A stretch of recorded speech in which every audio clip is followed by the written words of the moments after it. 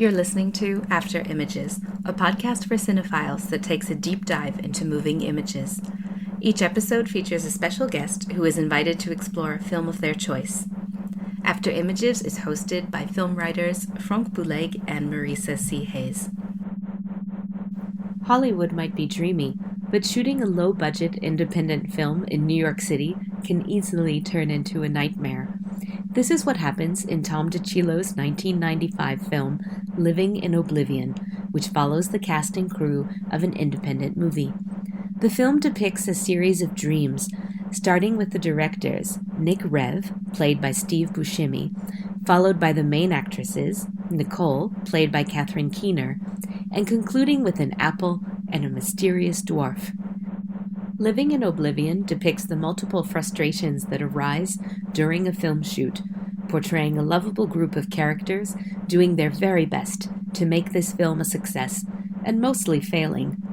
Both atmospheric and hilarious, the film reveals what takes place behind the scenes and how challenging it can be to get just the right take. Tom DiCillo is one of the founding members of the American independent film movement that began in New York City in the late 1970s. He has written and directed 6 feature films, helping introduce Brad Pitt, Catherine Keener, Sam Rockwell, and Peter Dinklage to the world. Tom is also a musician and has just released his second album called Shot of Blue. Tom DiCillo, welcome to After Images podcast. We're delighted to have you with us today for a discussion of your work and especially Living in Oblivion. Well, I'm delighted to be here too, Marisa. So thank you for inviting me. Our pleasure. So we usually like to start off with a very basic question, but one that is deceptively simple, and that is, why did you suggest discussing Living in Oblivion? What does it mean to you within your larger filmography and artistic career? Well, that is a great question, and I thought about that because I was just talking about it to somebody the other day, and the making of the film, the origin of the film contains so many miracles that it has become for me the epitome of just the miracle of filmmaking. And I, I'm not the first one who said this, but it is actually a miracle that any movie ever gets made. Any movie, But the film, I mean, so you tell me, how long would you like me to go into detail about that answer, Marisa? Oh, I mean, we've got time and we love meaty answers here. All right, I will try to kind of sketch out the story of Living in Oblivion. Johnny Suede was my first film, and that took 4 years to get made. It played in theaters in the United States for about a week and disappeared. No one really knew what to make of it. It was distributed by Miramax, and I got a phone call one night right before the film opened from Harvey Weinstein saying to me, Tom, I'm really sorry. I said, about what? He said, the New York Times review just came out and it's not good. And I'm sorry. I said, well, that's just one review. He goes, yes, Tom, you'll see what I mean. And what he meant was that that was it. They weren't going to promote the film in any way. So that's what happened. Which had this is why this business is so intense. It had a snowball effect on my next project, which was to be Box of Moonlight. I had the script all written, and because of what happened with Johnny Suede, the financing fell apart. But I kept working on it and trying to find it again. And I got to a point where I use this term that I was between the two sides, right? Homicide and suicide. Those are the two sides I was in. And one night, my wife and I got invited to her cousin's wedding in the midst of all this. And we decided to just go and forget things and have a good time. And so I began drinking martinis at the wedding. And I had never had a martini. The first one was so incredible that I had three. And I was almost literally blind drunk at this wedding. Out of the shadow, it was at night, out of the shadows comes this guy, and he comes up to me. And he goes, Tom, do you remember me? And he was a guy that I knew from an acting class 5 years earlier. I said, yeah, how you doing? And he says, oh man, you're so lucky. You got to make a movie. Johnny Suede, lights, camera, action. That's what he said. Well, it was the perfect opportunity for me to vent. And so I did on this poor guy. I did. I said, can I swear? Can I swear on your podcast? And yes, to your heart's delight. I said, shut the fuck up. You don't know the first thing about what it's like to make a movie. Let's say you're lucky enough to get on set. You're actually there and you have film in the camera and you're actually shooting. The actress could be in the middle of the most incredibly emotional moment, which is a rarity, and something happens. A boom comes into the shot. A truck drives by, whatever. I actually stopped and went, that's an idea. That's an idea. I could make a half-an-hour movie just about that, just about trying to get a shot and let that stuff happen. The boom drop in the frame, the confusion between the crew. And so I'm telling you, I went home that weekend and I wrote the first half hour in 3 days. It just, it flowed so like miraculously. That was the first miracle. Well, no, the first miracle was that guy running into me.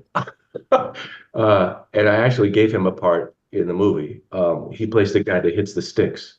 I wrote the first half hour. Catherine Keener was visiting us. And I said, here, why don't you read this? And she read it. I'm telling you, the laughter that came from the room where she was sitting was just unbelievable. She said, we have to do this. We have to do this. She gave it to her husband, Dermot. And Dermot immediately put up $5,000. He said, I'd like to play the director.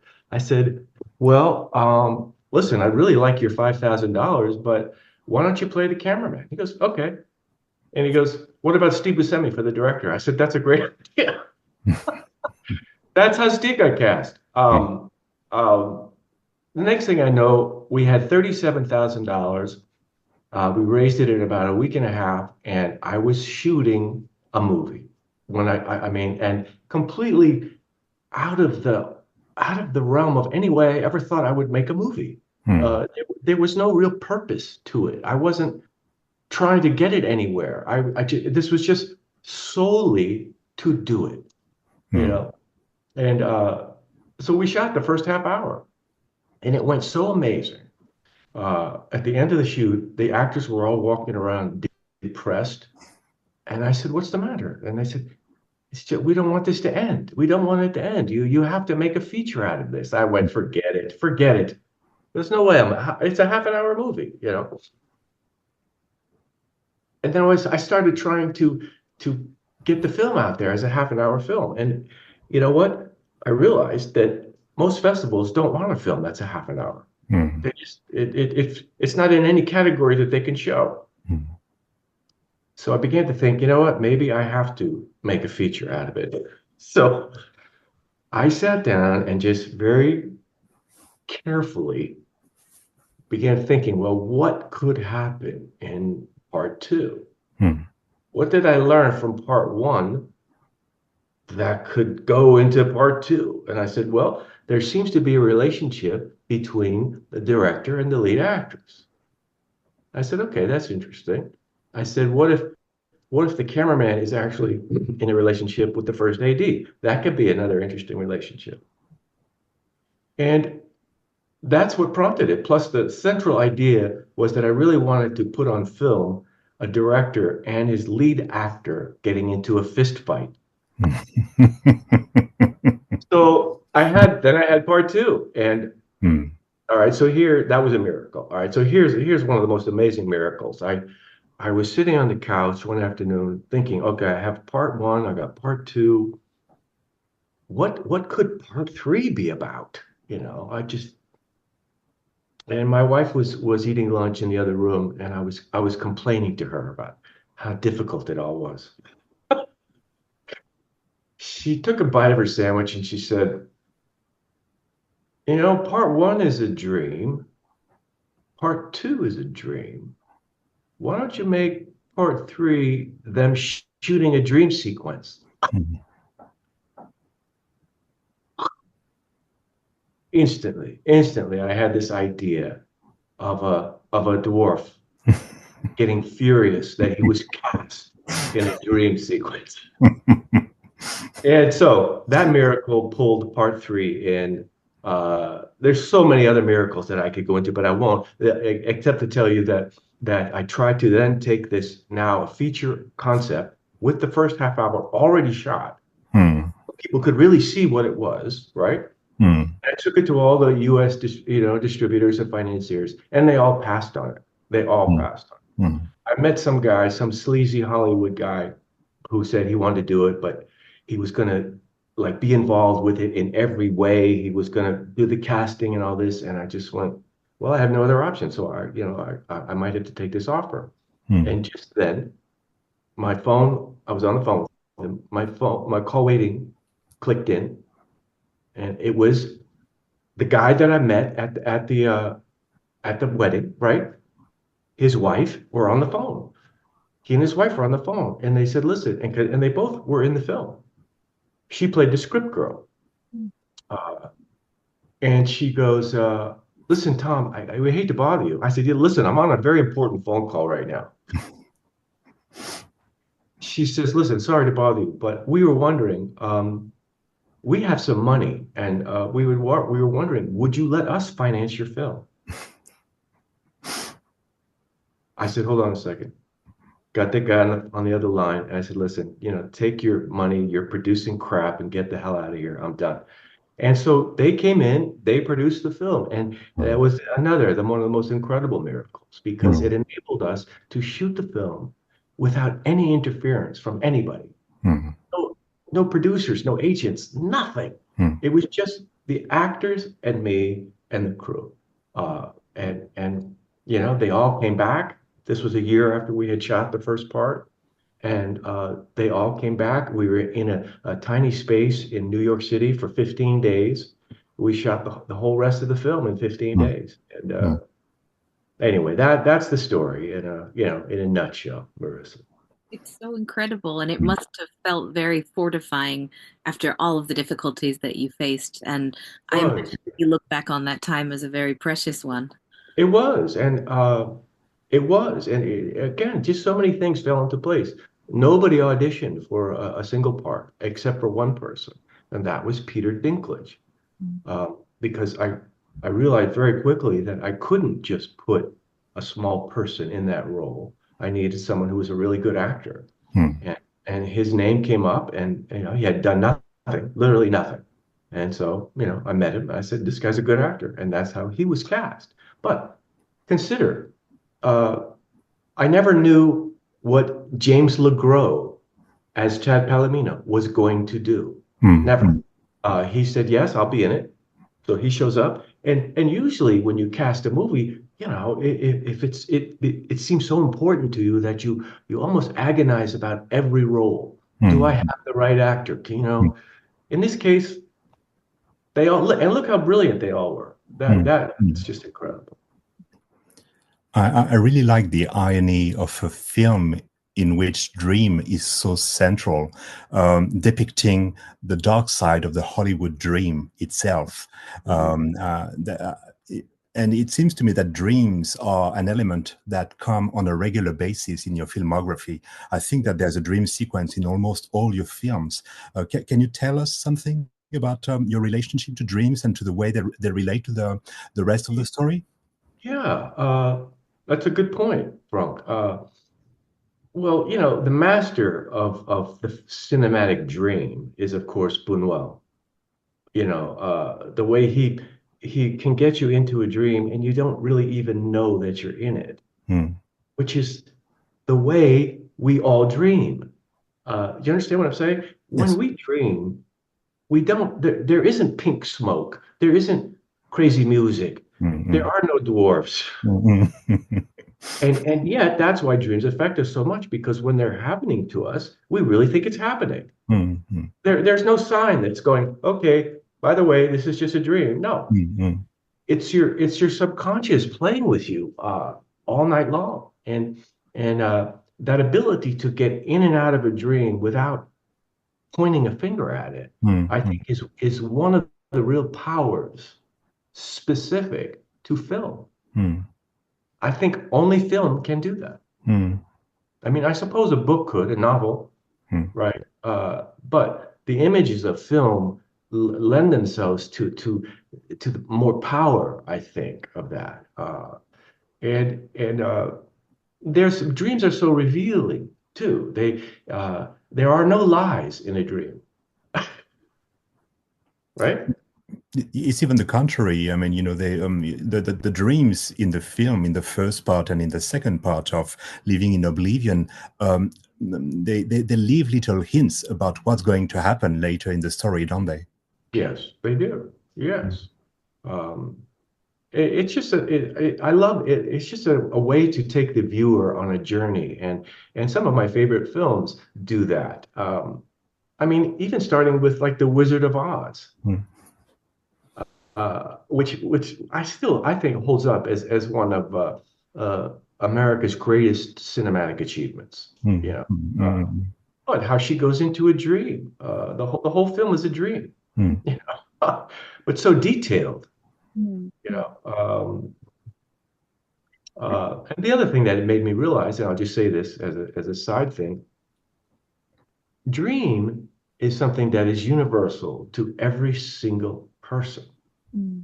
And when you think about it, we each write, direct, shoot, right, light, and act in a Mm. movie, a movie Mm. every single time we dream. Mm. Because it's all coming Mm. from us. Mm. So even the way the dreams proceed in terms of time Mm. is edited by you at night. Mm. Mm. You know what I'm saying? So the Yeah. length of the shots in a dream come from you. Mm. Mm. Mm. I it's a really phenomenal, thing. And the film is very good, I think, at communicating the altered state of consciousness that follows a dream or that one feels within a dream. When you watch the film, there is a little something, though, because also it is mostly shot at night, that puts you in a very dreamy atmosphere. Right, right. Well, ultimately, you kind of realize that if you have any sort of perception, sometimes just life itself can seem like a dream. You know, the conflicts that come up, like for example, in Living in Oblivion, the fact that Steve is humiliated and almost destroyed in front of the entire crew. Mm. And when this guy says to him, "This is this, I'm not. This is I'm out of here. This is a stupid movie. I should, Mm. that's heavy, Mm. and Mm. that's like something happening to you in a dream. It hits Mm. you really, really, really strong. Mm. Especially, I mean, if I might add a little something, Marisa, because it is directly related to his film, that is to say, to his own dream, Right, which I think is also interesting because this is also what you were experiencing at the time, isn't right, it? right. Yes. Mm. And I'm Yeah. so glad that you mentioned The Wizard of Oz because I was thinking a lot about your use of black and white and color and how when the film opens, we assume that this might be reality on a set and it's black and white and it takes us, of course, time to realize that someone is having a dream. Can you talk a little bit about that? Was that directly inspired by The Yes, Wizard? it was. And again, just remember that the first half hour was conceived as only going to be that. So it made total sense to me to have the gritty reality of the set, people sweating and whatever, yelling, would be black and white.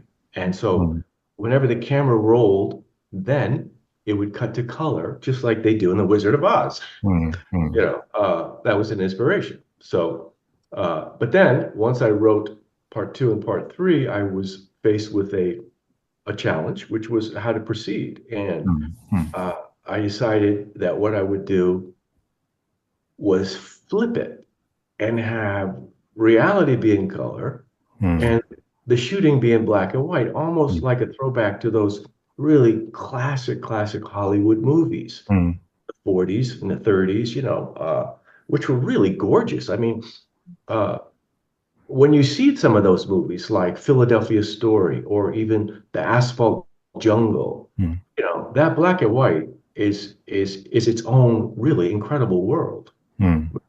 Um, so that worked. And then I decided that with the last part, I would keep it all color, that everything would just be what it is. And I'm also really curious, if I may, to know a little bit more about generally how you work with actors, but particularly on this film, because it speaks so much to their own experiences. I imagine everyone's experiences on set of that kind of tension between frustration and comedic absurdity that happens on a film set. So could you tell us a little bit more about that? Yes. Um, I will say that one of the smartest things I ever did was after I got out of film school, I had a degree in directing, right? They give you sort of some general acting classes and things like that. But I mean, I'm telling you, nothing made any impression on me. And I knew that when I got out of film school that, you know what, if I'm going to keep doing this, I need to understand what acting is. Mm. And I started taking a class as an observer in an acting class. And one day the teacher said to me, "Why don't you come up and do a scene?" I was terrified, but I did it. And he actually said, "You know what? You've got something. That's I would encourage you to keep investigating it." And it started me on this 8-year journey of just acting and studying acting. And I learned so much. Some of the best acting I've ever seen has been in an acting class where and it took a very special teacher to do that. And what I was doing was watching these teachers, how they would speak to actors, to the students. In very rare cases did I ever see a teacher say, "That's terrible. Mm. What are you doing? That's awful. That was stupid." Never once did I see Mm. that. The only time I saw that was on the set of movies Mm. that I experienced. And I said, "Tom, you have to figure out how to utilize that on your own movies." And so that respect for the actor, the understanding that as soon as they walk out, and here's the camera, the lights, everybody's they're the ones that are responsible for bringing this rare flicker of truth and emotion to the Mm. film. Mm. And if they don't, you don't have a movie, Mm. And so I found that one of the most, I think, productive things I did with actors was never speak out loud to them on the set. I would always just take them aside privately and whisper something to them that only they would know. And Mm. I would gauge their response to it. If it was something that they didn't, react to, then I would say, "Okay, let's try something else." But usually, let's say in the case of Steve Buscemi or Catherine Keener, they just love that. Mm. And because my respect for them was so great, I Mm. didn't ask them to do anything that was ridiculous. Mm. Mm. And so with Living in Oblivion, it was relatively effortless. Um, uh, Again, the idea that many times I would take either one of the actors or two of them aside and just whisper something to them that only they knew, and to bring to a scene, which would then surprise the other actor.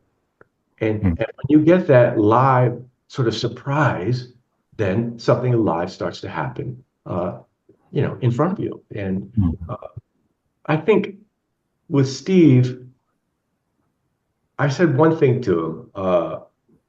He's in the first part where he's looking at the rehearsal in which the camera's not running, right? I barely had to even make any real suggestion there, but I said, listen, you know what? Uh, the the agony of not having the camera rolling is not also going to stop you from appreciating what you're seeing. So if you look at what Steve does in that scene, you see his fury and his agony of that, the fact that it's not happening, but you also see his eyes going, "Oh my God, look how incredible this is." You know, but I just, listen, I do believe that in general, but particularly with actors, if you can get their imagination going, right? So in other words, they're thinking on their own. Uh, uh, then your work becomes so much easier, and that's really what you want.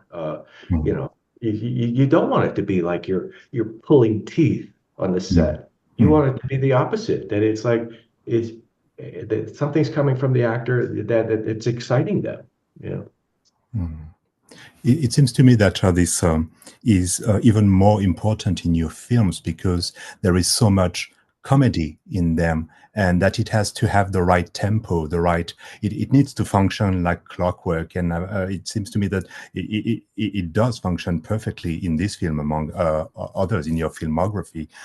This very and sharp action reaction between the actors that is the result of the relationship you've built with them, isn't it? Right. Yeah. There was a phrase in one of my acting classes. Do you know what the word pinch means? Pinch, to pinch, right? That's a pinch, right? Yeah. And then the reaction is the ouch. Yeah. Ouch, ouch, right? Well, if you can get that going, right, between two actors, then something just really living starts to happen in front of you. And I've always been just amazed by, like particularly the films of Fellini, the way the acting is, and I do believe that was because they all trusted him. They trusted him, and that he was very generous on the set to his actors, I believe. But yeah.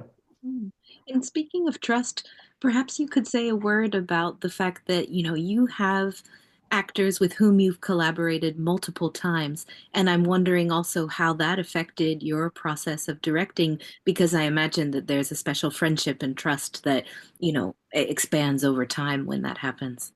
Yes. That's a great observation, Marissa. Being on the set is a very intense experience, and at times you can feel completely alone, especially if you're struggling with a scene and it's not going right, and or there's tension or something, and it can be a very lonely and disturbing place to be. And I found that when you have collaborators that share your vision and share your commitment, then it becomes like a home in a way. There's a kind of security and a comfort and a recognition that you're among allies, and you always want to feel that. And that's an environment I like to create on the set. That people feel respected. Everybody feels respected, from the guy who just brings in the cable to I've just seen that happen a million times. That it affects the mood. It affects the entire creative level of the set. So uh, and it's a very fragile environment, and I wanted to show how fragile it was by simply letting the two people that show up first for the shoot in the morning, in the beginning of the film, are these the food people, right? And they're exhausted. They're probably not making any money, you know. And then suddenly they notice that the milk just might be not right, you know. But they're tired. It's like 4 in the morning. What are they gonna do? You know, they leave it. They leave the bad milk out. And it ultimately comes to affect the entire shoot Mm, mm, because Wolf keeps drinking it, and he's in the bathroom when the only real acting moment happens, and that's actually my belief. It's just how fragile it is, mm, and what we're trying to do on the set is really a miracle, which is trying to bring something alive mm, in front of the camera, and it's a rarity, and I respect it. mm. But this example of the milk, I think, is very interesting because it shows how, when you write your scripts, you do a lot of foreshadowing of elements that are going to happen later. I mean, at Mhm. first, when we see them talking about the milk, it's very fast leaves our consciousness, but it comes back later and has a tremendous influence. Right. And I was comparing this with Box of Moonlight, with the camera that goes up at the beginning of the film to show us the circle sign of the rental car. And then you Right. find out that the whole film is itself a circle, cyclical. Right.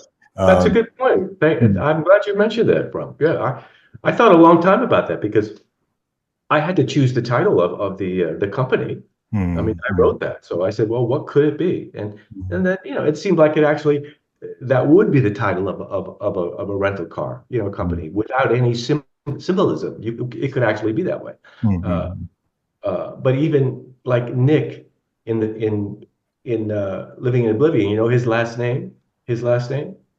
Rev. Indeed, for people who don't speak French, that means Right, dream, right, which is right. of course very symbolic and lets you find out what's happening afterward. And I was wondering too if, I mean, he's Nick and she's Nicole, so I was Right. wondering if there was something of a mirror image between the A two of little them. bit. Yeah. Yes, there was. And beyond that, I know that in England they call the devil Old Nick. So Ah, I was wondering if there might be something of that as well, because then there's the scene with the apple being beaten, as in the Garden of Eden. So, or is it just me putting too much that in might be a little bit of you, Frank. yes. No, it was just, I just like to, when you have dialogue with characters, especially with their names, their Mm, names are important to me. And I just like the way the word Nick just comes out. Nick, mm, Nick, mm, Nick. Are you ready, Nick? It's just, I just like the way it sounded. mm, That's, mm, And I'm wondering too, because as funny as the films are, there are so many grains of truth that almost mirror the idea of a morality tale. Is that hmm. a label that you would feel comfortable with, or do you feel like that's going too far? Well, I would say perhaps, that, fable is a really powerful thing, and I particularly responded to the original fables of the Grimm's fairy tales. mm, mm, Even Aesop's fables have a strange humor to them Yeah. mm, that's sly and intelligent and not stupid. I think people sometimes use the word fable, in a bad way. Like mm, mm, it's changed its meaning. It's become something that actually means false. mm, When in actuality, fables are really one of the precursors of dream interest because you're operating in a world that is not a human world. It's not a real world. Animals talk. Just strange stuff happens. A, But a wolf talks in your film. yes, yes. But the only thing I would leave out of the morality tale, Marissa, is the morality because um, if my films are fables, I think they have a little bit of Kafka in them. You Mm. know, um, just the existential idea of, uh, I suppose, I mean, I think characters in my films struggle with what's the right thing to do, Yeah. and they come up against that sometimes when they don't, Mm. and the struggle of trying to do the right thing. Uh, but I think that's always an interesting thing to have in any story or any piece of art is a conflict where someone isn't perfect. I hate movies where someone is just so good, they're always good, or they're just all bad. I mean, Mm, that's not life. Life mm, is not that way.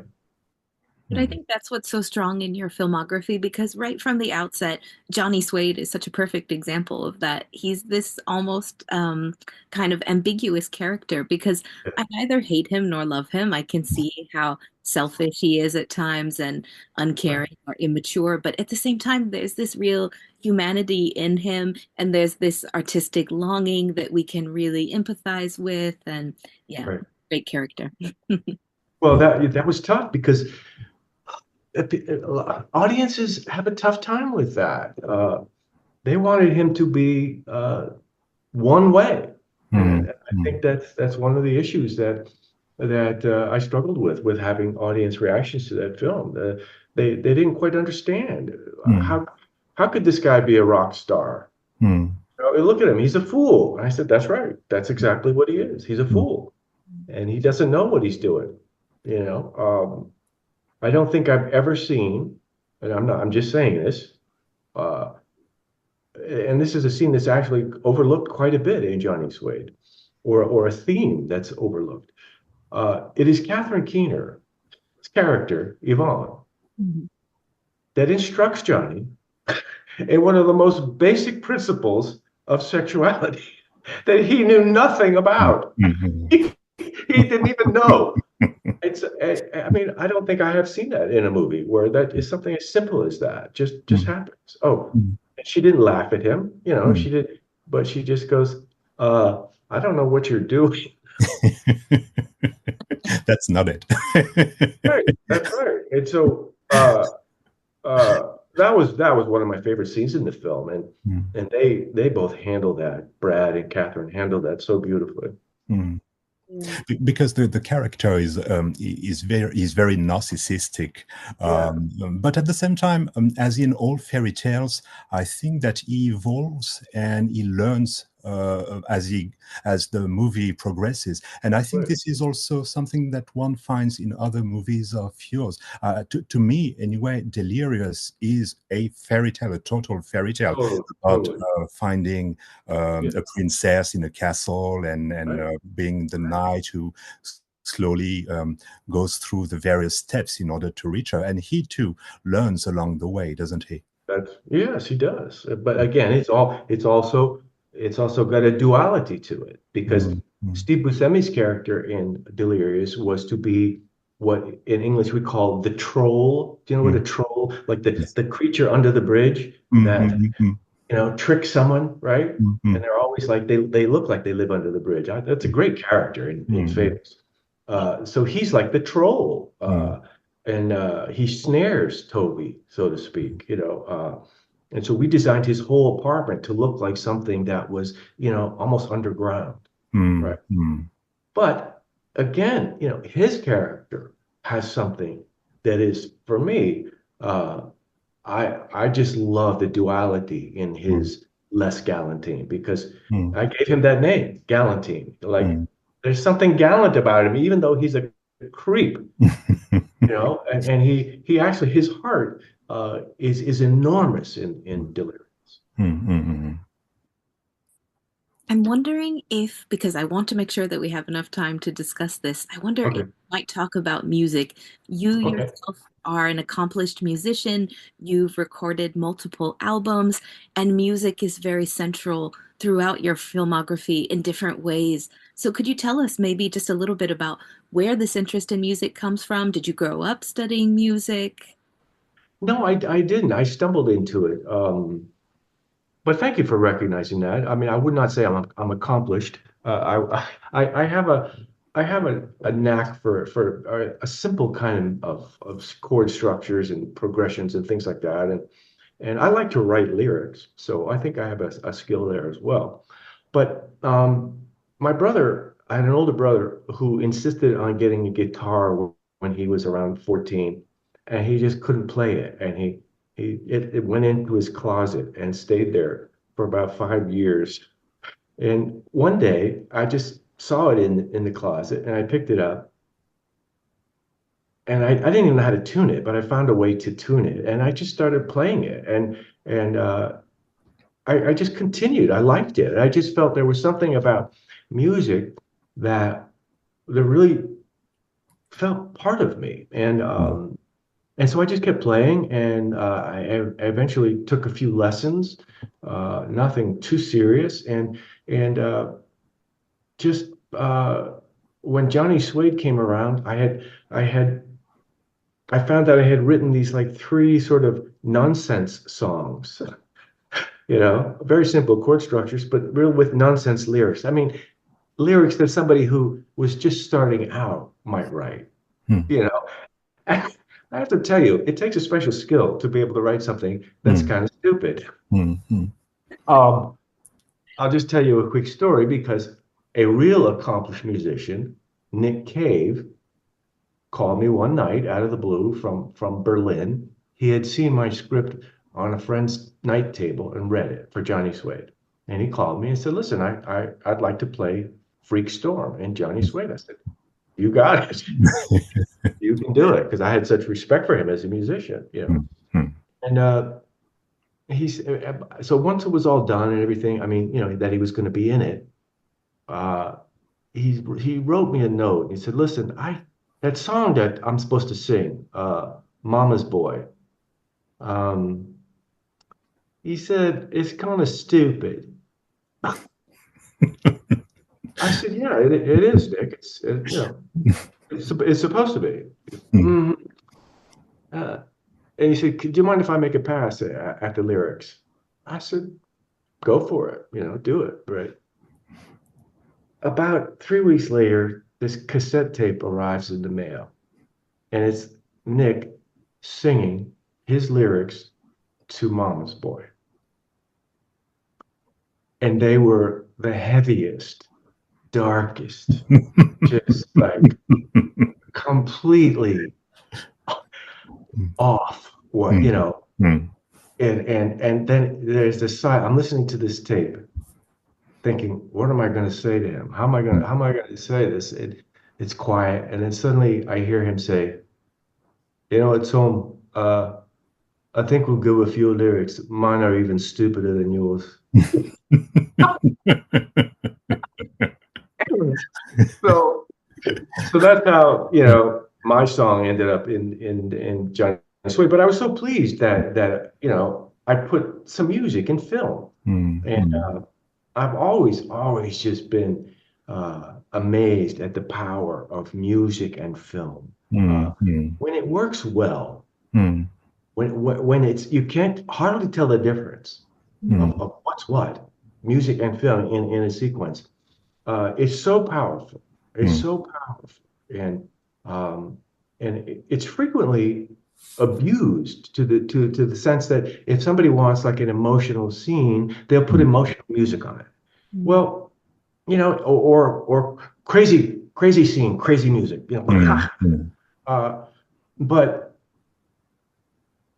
I just, for me, when it comes time to do that in a scene, it is the most exciting because Hmm. you Hmm. never know what's going to happen when you lay a piece of music in on a sequence. You never know. Hmm. And, and I've always been blown away by something that really, really works.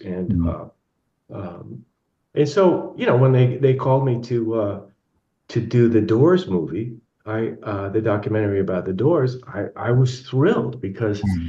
it enabled me to really use whatever my own limited understanding of music is to talk about how these four guys put Hmm. that specific sound together.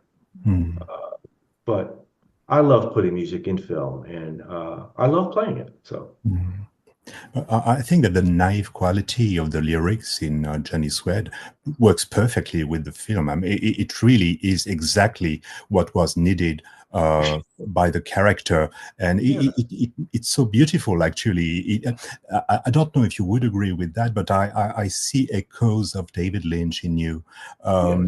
I see the same interest for naive lyrics to beautiful music, the interest for dreams, the interest Yes. for the 1950s and weird Right. Americana. Am I right in seeing maybe some resonances there?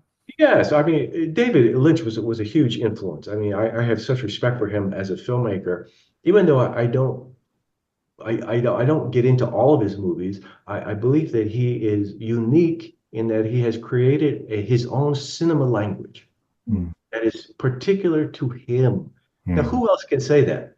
Who mm, else can say that? mm, mm, He's come up with his own way mm, of giving information in a film, mm, and it constantly surprises you and intrigues you and keeps you interested.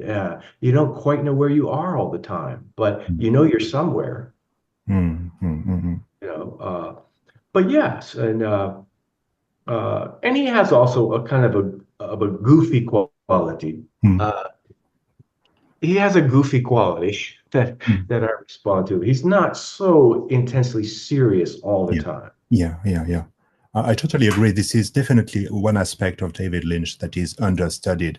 The humor that he has in some of Yeah, his films, yeah, and I can see a lot in common with the way you do some of your humor too there. right, right. Mm. Well, I must confess that his use of the dwarf was one of my motivations Yeah. Yeah. for the soliloquy Mm, mm, mm, mm, that Tito says. You know, mm. is this the only way you can make this seem like a dream? Put a dwarf in it? I don't even have dreams with dwarfs in them. I was wondering because it was just a few years after Twin Peaks, right? Yes, Mm. yes, yes. It's perfect. But I think in terms of music, what I really appreciate is the diverse facets that that takes throughout your filmography. You have Mm, musicians who act in your films. There is music that's been written, playing within the fictional films. Fantastic soundtracks leading up to the wonderful Doors documentary. And for that one, what I appreciate so much is the way that you've got the film, you bring the filmmaker's sensitivity to Morrison's filmmaking angle, which I think is really underappreciated. And I was just so shocked to read that people thought you had used a stand-in for Oh, Morrison, mercy, and they didn't mercy. even know about these films that exist, and it was such a beautiful gift to share that with us. I mm, know. mm, That was, I would say, one of the most disturbing experiences of my film career, is seeing that happen. And it was relentless. People refused to believe it, even when I mm, presented them with evidence. Uh, all that footage was when they approached me. I said, "Listen, you know, they said they have all this footage of the band, you know." And so I said, well, the first thing I need to do, they were insistent that I give them a concept. What's your concept? I said, well, you know what? I don't really know yet. Uh, let's send me all the footage. So they did. And and in the middle of these boxes of stuff was sometimes this footage of Morrison walking down a highway. mm, And I had seen really bad duplications of that on the internet, but didn't really know what it was from. And it was only then that I began researching and found out that Jim had made his own movie. He mm, had financed it himself. He had insisted that they shoot 35 millimeter negative. Uh, and this film was called Highway, HWY. And for the longest time, and so ultimately another miracle that happened to me was somehow coming up with the concept, which was one night I was just sitting there looking at this silent footage, and there was a shot of Jim in his car, fiddling with the radio, mm, but nothing. I mean, in the actual film, I think there's something that comes on, but I'm not sure what it was. But And then there's this shot of him from the side, and it just looked like he was in a very strange existential space emotionally. Mm. And suddenly I said, what if he turns on that radio and he hears the announcement of his own death? Mm. And that this driving, this wandering is him trying to find meaning as to what was this whole moment in America Mm. about. Mm. So therefore, this footage became very important. And the only thing available to me was these really bad copies of copies of copies, sometimes even with like big chunks cut out of them. Mm. And it bothered me because it's the only thing I had. But it's what I used. And so the film was cut with all of this really bad footage. And I'm telling you, a week before the film was to be finished, I was presented with a mysterious phone call saying, "We have located the original negative of Highway. Oh. Would you like to use it?" I said, "Yes, I would." They said, "There's one stipulation." I'm going to say this, okay? You cannot make any reference in the film to Pamela Corson's drug use, what led to her death, any of that stuff. Mm. You cannot. And that was tough because in the researching of the film, it was so obvious she was a heroin addict. It's one of the reasons they went to Paris. She knew this count that was supplying heroin to almost all of them, America's rock stars at that time. Mm. It was her, and she died of a heroin overdose. I saw the police report. I saw it. Now, I didn't put that in the film, but I also had mentioned something about her own drug use, right? Mm. And this contact said, you can have the footage if you take that out. Mm. And so I weighed. I really was a very heavy choice. Mm. And I ultimately said, you know what? The film is more about the Doors Mm. than it is about this woman.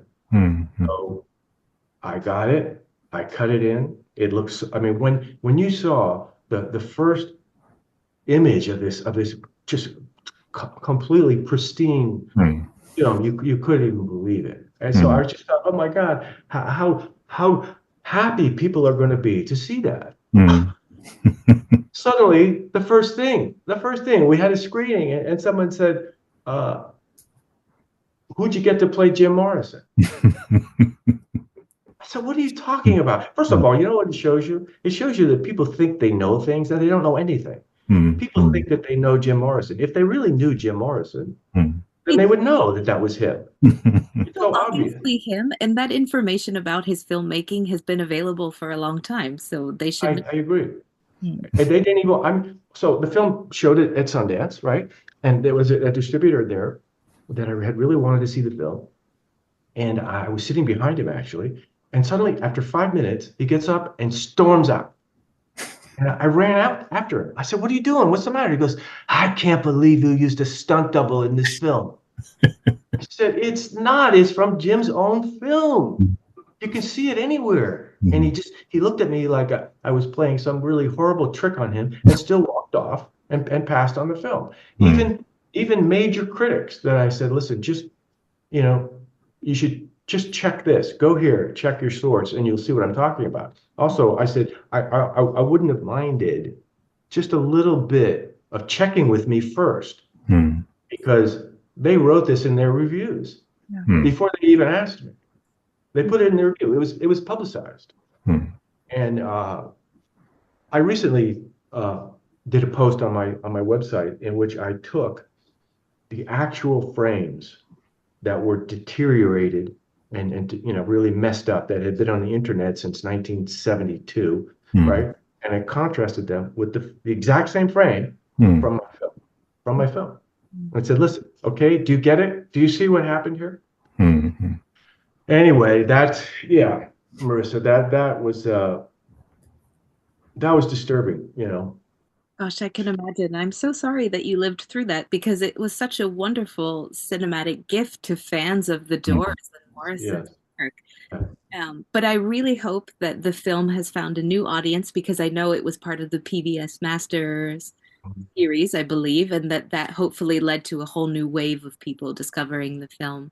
I wouldn't say a whole new way, but people did. Again, you know, my experience with my distributor in that was not great. They didn't. I mean, I thought it would like come out on big screens, you Mm. know, with Yeah. really great Dolby sound. You know, people could because one thing, if you may notice in the film, I don't use little short snippets of songs. Mm. The songs that I had in there, I let them play out Mm. Mm. Mm. so Mm. that you could really follow the development of their music. Mm.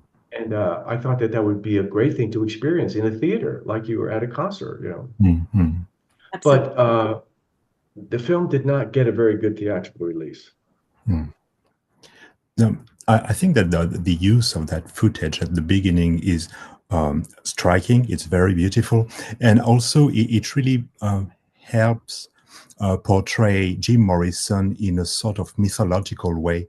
I've got the feeling that he becomes a mythic figure, and with a tragic ending, as with any good myth.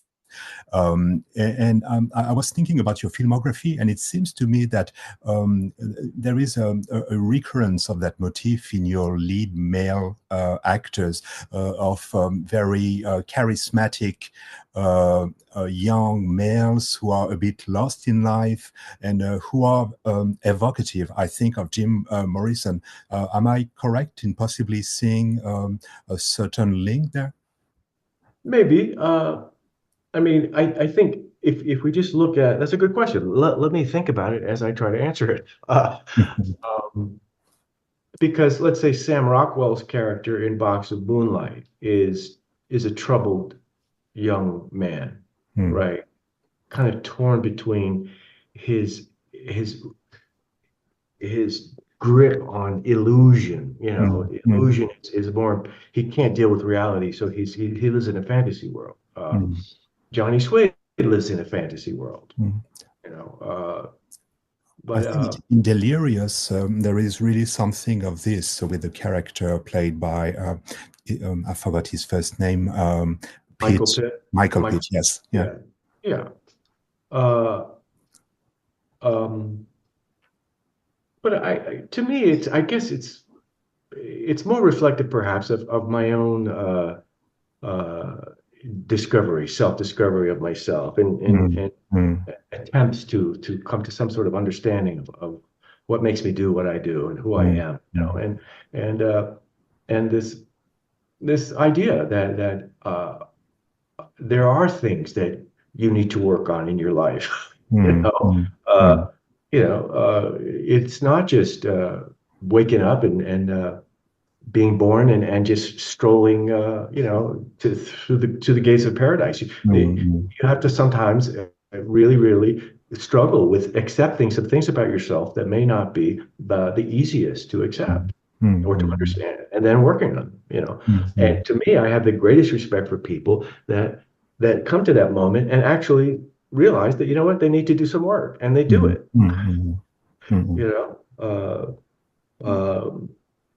So And also, I see a lot of links with how art helps in that process. I mean, all of the people in these films are making some form of art or music, and how right, that plays into the kind of the messiness of the artist's life, the artist's way, intersecting with one's personal development, but in such beautiful ways. right. As a tool of self-discovery. Mm. I think art is, for me, it's everything. Mm. Mm. You know, in some strange way, I find that if I kind of create something every day. I don't even know Mm. what it is, Mm. but there's just something about the act of creation that is so inspiring to me. Mm. Even if it's, I find myself like collecting strange objects, as you know, if I see them on the street, something I find, and so every now and then I'll walk into my office here and I'll suddenly say, oh, what if I put this next to this? and it makes something, whatever it is, these two strange things. But I think it's a salvation, and I think that I wish that, I mean, I think every human being has the capability of being creative. It may not be musicians, sculptors, or dancers, or whatever, but you can be creative in any other aspect of your life. And if anything, I just feel that society, culture today, is about people with this intense desire to be known for nothing, for absolutely nothing. And I think, really, I think satisfaction can come. You don't have to be known to the entire universe in order to achieve some sort of contentment with your life. Yeah. I mean, my feeling is that those people want to be known when they don't even know themselves. That's right. That's right. Yeah, they think that if someone else knows me, that's the only answer. That's all that matters. Yeah. This has been such a wonderful hour with you. We usually like to wrap things up because I have the feeling we could discuss for a week. Yeah. I do too. I must say, it's been really, really fantastic talking to you. I can't even believe that an hour has gone by. That's amazing. We usually like to conclude with a final question, which turns back to you. Is there a question that you wish we had asked during this time together? Wow. No, really. I feel that your intuition and perception of what makes me the kind of filmmaker I am, it was expressed to me. And I tell you, there's nothing that is more appreciated by an artist than that. They say, "Oh, yeah, this is what we get about you, Tom." And so I really respected that. Thank you. Oh, thank you. And thank you so much. Wonderful that you've given us. We're just so appreciative. Okay, well, thank you. I will say that one of the best responses to When You're Strange was in France.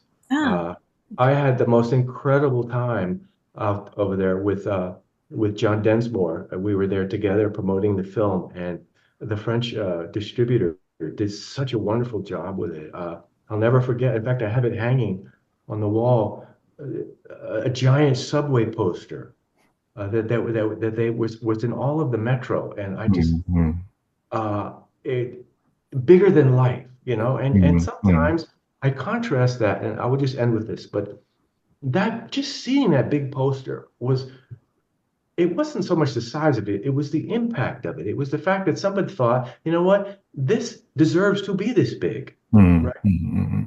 When Johnny Suede, when Living in Oblivion actually opened in New York City,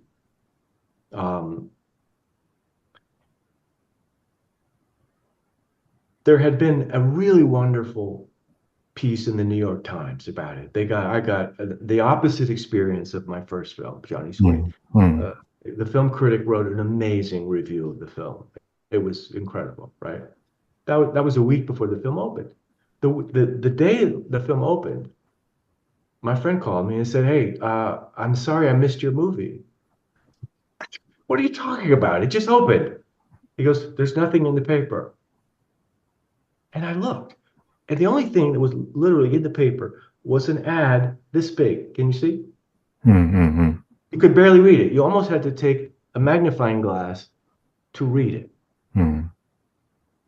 And the distributor said, "Well, our research has shown that the size of the ad means nothing." Well, first of all, they were liars, because the next weekend they opened another movie with an ad that was this big.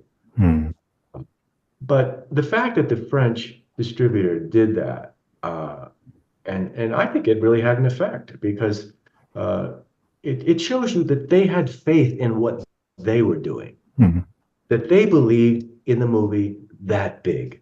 You know what I'm saying? Yes. Yeah. And your films are really liked here, and I think that they do deserve to be advertised that big, because very important filmmaker. And I think that Well, all the people who haven't understood that really don't understand what cinema is all about. well, Frank, thank you so much. Again, it was really great talking to you both. Fantastic meeting you. Thank you for You the too. generous discussion. Okay. All right. Okay. Have a Have a good good day. night. Okay. Bye-bye. Bye-bye.